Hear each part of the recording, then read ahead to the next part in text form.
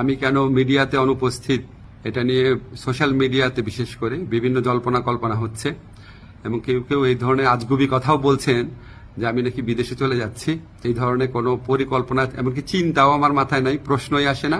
এই ধরনের গুজব গুঞ্জন এবং আজগুবি বিভিন্ন তথ্য যারা ছড়াচ্ছেন, এটা হচ্ছে আজকে ছাত্র জনতার যে ঐতিহাসিক জুলাই বিপ্লবের মাধ্যমে আজকে যে জনগণের প্রত্যাশা সৃষ্টি হয়েছে সেটাকে বিভ্রান্ত করা এবং জনমনে অহেতুক প্রশ্ন সৃষ্টি করার একটা অসৎ উদ্দেশ্যে করা হচ্ছে।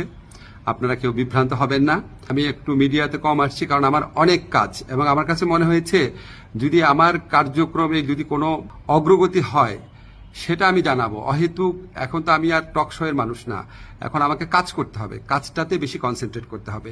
ধরনের গুজব গুঞ্জন যারা রটাচ্ছে তাদেরকে আমি অনুরোধ করব মিনিমাম ইনভেস্টিগেশন করে তারপর এগুলি বলেন, না হলে মানুষ তো আপনাদেরকে মিথ্যাবাদী ভাববে।